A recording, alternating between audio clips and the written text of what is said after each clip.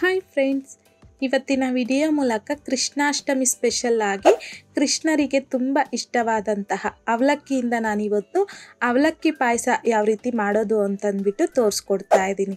So ಈ video start ಮಾಡುವ ಮುನ್ನ ನೀವಿನ್ನೂ ನಮ್ಮ ಚಾನಲ್ನ ಫಸ್ಟ್ ಟೈಮ್ ನೋಡ್ತಿದ್ರೆ ಇನ್ನೂ ಸಬ್ಸ್ಕ್ರೈಬ್ ಮಾಡಿಲ್ಲ ಅಂತಂದರೆ ಈಗಲೇ ನಮ್ಮ ಚಾನಲ್ನ ಸಬ್ಸ್ಕ್ರೈಬ್ ಮಾಡಿ.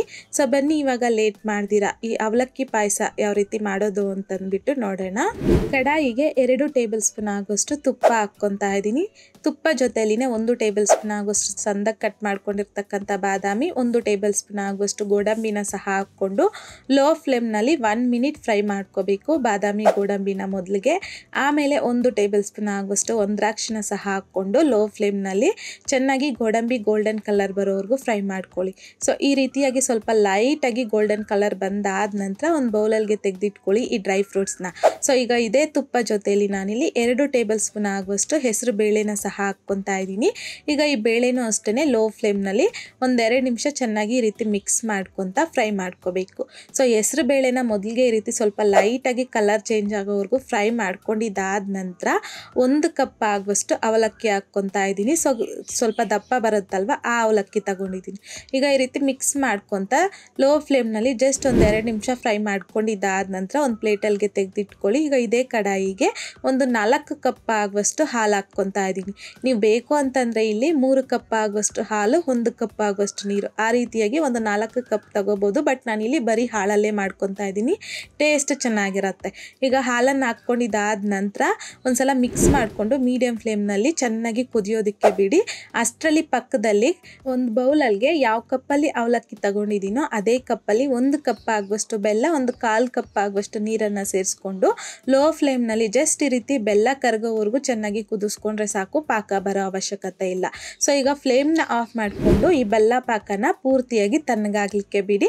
ಈಗ ನಮಗಿಲ್ಲಿ ಆಲ್ಮೋಸ್ಟ್ ಹಾಲು ಸಹ ಒಂದು ಹುಕ್ಕು ಬಂದಿರುವಂತಹ ಟೈಮಲ್ಲಿ ಒಂದ್ಸಲ ಮಿಕ್ಸ್ ಮಾಡಿಕೊಂಡು ಇವಾಗ ಅವಲಕ್ಕಿ ಹೆಸರು ಬೇಳೆನ ಫ್ರೈ ಮಾಡಿ ಇಟ್ಕೊಂಡಿದ್ದೀರಲ್ವ ತುಪ್ಪ ಜೊತೆಯಲ್ಲಿ, ಸೊ ಅದನ್ನು ಹಾಕ್ಕೊಂಡು ಒಂದ್ಸಲ ಮಿಕ್ಸ್ ಮಾಡ್ಕೊತ ಮಧ್ಯದಲ್ಲಿ ಮೀಡಿಯಮ್ ಫ್ಲೇಮ್ನಲ್ಲಿ ಅವಲಕ್ಕಿ ಹೆಸರು ಬೇಳೆನ ಚೆನ್ನಾಗಿ ಬೇಯಿಸ್ಕೋಬೇಕಾಗತ್ತೆ. ಸೊ ಹೆಸರು ಬೇಳೆ ಅನ್ನೋದು ಸಾಫ್ಟಾಗಿ ಬೆಂದೋಗ್ಬಿಡಬೇಕು. ಸೊ ಆ ರೀತಿಯಾಗಿ ನಾವು ಹಾಲಲ್ಲಿ ಚೆನ್ನಾಗಿ ಬೇಯಿಸ್ಕೋಬೇಕಾಗತ್ತೆ. ಸೊ ಈ ರೀತಿ ಇವಾಗ ನಮಗೆ ಕರೆಕ್ಟಾಗಿ ಹೆಸರು ಬೇಳೆ ಅನ್ನೋದು ಬೆಂದೋಗಿದೆ. ಇದು ಕರೆಕ್ಟ್ ಕನ್ಸಿಸ್ಟೆನ್ಸಿ.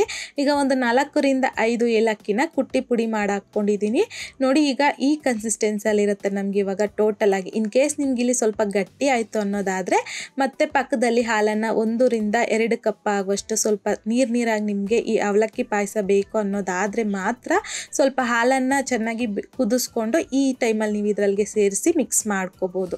ಸೊ ಈ ಕನ್ಸಿಸ್ಟೆನ್ಸಿಯಲ್ಲಿ ಇವಾಗ ಫ್ಲೇಮ್ನ ಆಫ್ ಮಾಡ್ಕೊಂಬಿಡಿ. ಸೊ ನೋಡ್ತಿರ್ಬೋದು, ಸೊ ಸ್ವಲ್ಪ ತಣ್ಣಗಾಗಿದೆ ಅಷ್ಟೇ, ಇದು ಪೂರ್ತಿಯಾಗೂ ಸಹ ತಣ್ಣಗಾಗಿಲ್ಲ. ಇವಾಗ ನಾವು ಸ್ಟಾರ್ಟಿಂಗಲ್ಲಿ ಡ್ರೈ ಫ್ರೂಟ್ಸ್ನ ಫ್ರೈ ಮಾಡಿ ಇಟ್ಕೊಂಡಿದ್ದೀರಲ್ವ ಅದನ್ನು ಹಾಕ್ಕೊಂಡಿದ್ದೀನಿ. ಜೊತೆಗೆ ಬೆಲ್ಲ ಪಾಕನ ರೆಡಿ ಮಾಡಿ ಇಟ್ಕೊಂಡಿದ್ದೀರಲ್ವ, ಸೊ ಅದನ್ನು ಹಾಕ್ಕೊತಾ ಇದ್ದೀನಿ. ಈ ಪಾಕ ಅನ್ನೋದು ಪೂರ್ತಿಯಾಗಿ ತಣ್ಣಗಾಗೋಗಿದೆ.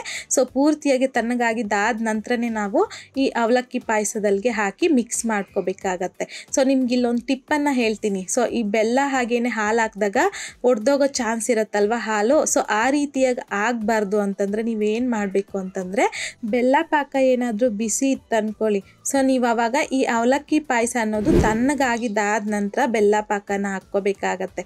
ಅದೇ ಇನ್ ಕೇಸ್ ನಿಮ್ಗೆ ಈ ರೀತಿ ಈ ಪಾಯಸ ಹಾಲು ಬಿಸಿ ಇರೋವಾಗ ಪಾಕನ ತಣ್ಣಗಾಗಿದ್ದಾದ ನಂತರ ನೀವು ಹಾಕ್ಕೊಂಡು ಮಿಕ್ಸ್ ಮಾಡಿಕೊಂಡ್ರೆ ಹಾಲು ಅನ್ನೋದು ಹೊಡೆದೋಗೋ ಚಾನ್ಸ್ ಇರೋದಿಲ್ಲ. ಸೊ ಈ ಒಂದು ಸಿಂಪಲ್ ಟಿಪ್ನ ಯೂಸ್ ಮಾಡಿಕೊಂಡು ಈ ರೀತಿಯಾಗಿ ಹಾಲಿಂದ ಅವಲಕ್ಕಿ ಪಾಯಸ ಹಾಗೆಯೇ ಬೆಲ್ಲನ ಯೂಸ್ ಮಾಡ್ಕೊಂಡು ಮಾಡಿ ನೋಡಿ, ಕರೆಕ್ಟಾಗಿ ಬರುತ್ತೆ, ಹಾಲು ಹೊಡೆಯೋ ಚಾನ್ಸೇ ಇರೋದಿಲ್ಲ. ಸೊ ನೋಡಿದ್ರಲ್ಲ, ಕೃಷ್ಣಾಷ್ಟಮಿ ಹಬ್ಬದ ಸ್ಪೆಷಲ್ ಆಗಿ ಕೃಷ್ಣರಿಗೆ ತುಂಬ ಇಷ್ಟ ಆಗುವಂತಹ ಅವಲಕ್ಕಿಯಿಂದ ಅವಲಕ್ಕಿ ಪಾಯಸನ ಯಾವ ರೀತಿ ಪರ್ಫೆಕ್ಟಾಗಿ ಮಾಡ್ಕೊಳ್ಳೋದು ಅಂತಂದ್ಬಿಟ್ಟು ಈ ವಿಧಾನದಲ್ಲಿ ನೀವು ಮಾಡಿ ನೋಡಿ. ಮಾಡಿದ್ದಾದ ನಂತರ ಈ ಅವಲಕ್ಕಿ ಪಾಯಸ ಟೇಸ್ಟ್ ಯಾವ ರೀತಿ ಬಂತು ಅನ್ನೋದನ್ನು ಮರಿದೆ ನನಗೆ ಕಾಮೆಂಟ್ ಬಾಕ್ಸಲ್ಲಿ ಕಮೆಂಟ್ ಮಾಡಿ, ಲೈಕ್ ಮಾಡಿ, ಶೇರ್ ಮಾಡಿ. ಮತ್ತಷ್ಟು ಈಸಿ ಆ್ಯಂಡ್ ಸಿಂಪಲ್ ಕ್ವಿಕ್ ರೆಸಿಪೀಸ್ಗೋಸ್ಕರ ದಯವಿಟ್ಟು ನೀವು ಇನ್ನೂ ನಮ್ಮ ಮೇಘಶ್ರೀಸ್ ಕಿಚನ್ ಚಾನಲ್ನ ಸಬ್ಸ್ಕ್ರೈಬ್ ಮಾಡಿಲ್ಲ ಅಂತಂದರೆ ಸಬ್ಸ್ಕ್ರೈಬ್ ಮಾಡಿ.